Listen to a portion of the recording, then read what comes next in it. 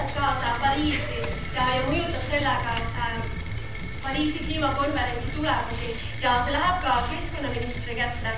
Kohtume siis Marko Pomerantsiga, kes võtab selle vastu ja loeb selle läbi ja saab aru, et millist Eestit näevad Eesti noored, et milline on meie kliimavisioon.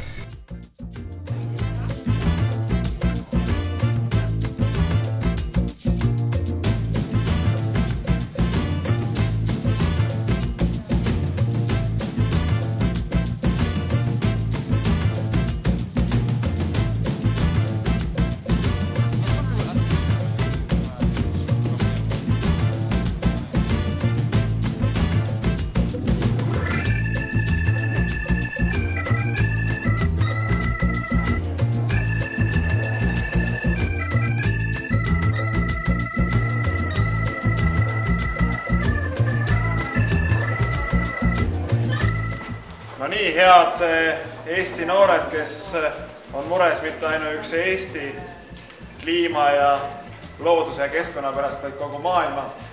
Mul on hea meel näha, et teid on nii palju, et te olete siin täna juba veetnud ja veetmas ühte aktiivset päeva.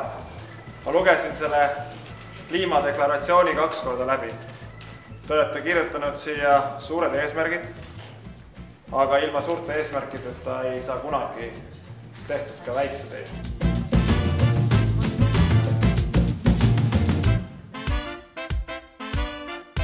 Et ma niikuinii tarbin praegu väikse pensioni pärast vähem, kui tegelikult tahaks, aga Juta ka rääkis, et kui tema näiteks jättis enda söögist välja ja hakkas õli tarbima, siis kaotas 20 kilo.